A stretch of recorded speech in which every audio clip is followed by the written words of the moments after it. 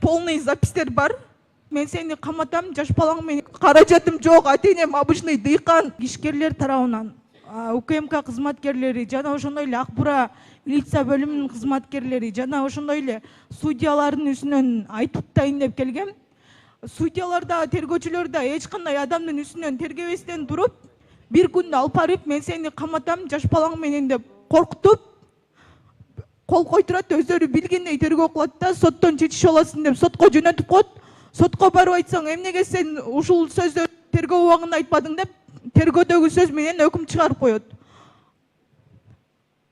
Мен азыркы учурда 2025 жылдын ноябрь айында бир адвокат кармалган.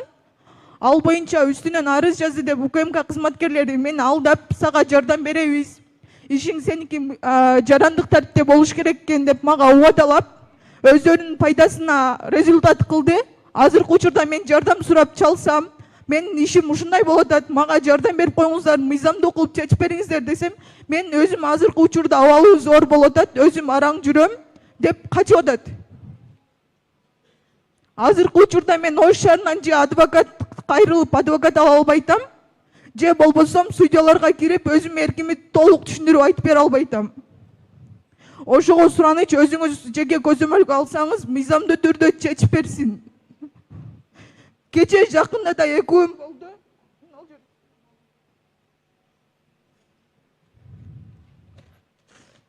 Менде полный запистер бар.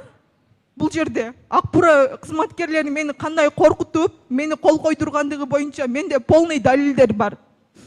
Бир күндө алып барды, 22 май күнү кечке. Эртең менен алып барып, кечки саат 9-10го чейин кармап отурду. Же тергөөчүсүнүн дайыны жок, же башкасы нерсе жок. Коридордо жарбырлануучулар менен мени мазактап, мени эрмек кылып, тергөөчүлөр менен оперлер мени алып отурушту. 2 күн ошентип алып отуруп, 3-чү күнү түнү саат 11ге чейин сурак кылып, анан кое берди.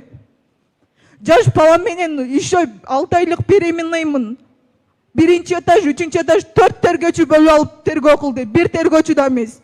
Сураныч ошону тергөө кылып, мен үстүмдөгүлөр да тергөө кылгыла десем, мен сен болбосом камап 2 ай тергөө кылам деп мени коркутту. Ошого сураныч, мыйзамдуу түрдө карап бериңиздер. Азыркы учурда же адвокат ала албайтам, же башка нерсе кыла албайтам.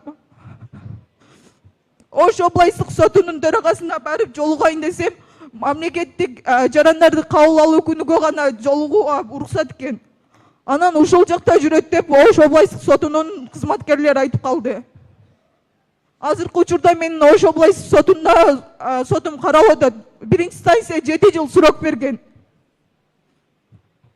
Сураныч, мыйзамдуу түрдө чечип бериңиздер. Мен анча акчаны төлөгөнү, каражатым жок, ата-энем обычный дыйкан. Дыйкан деп эле ошончо жоош деп туруп эле ошончо сумманы менин мойнума илип койду. Сураныч, мыйзамдуу түрдө кабыл алып бериңиздер. Прокуратурага барсам, кылмышкерсиң деп туруп желкемен түртүп чыгарып коет. Областык сотко барсам, судьяларга кирүүгө мүмкүн эмес дейт. Тергөөчү болсо укпайт. УКМК болсо только акча менен, визитка менен болсо гана кармайбыз дейт. Бизге окшогон карапайым калкка ким жардам берет? Сиздин сурооңузду түшүнүктүү болду, жазып алдык, азыр жооп беребиз же.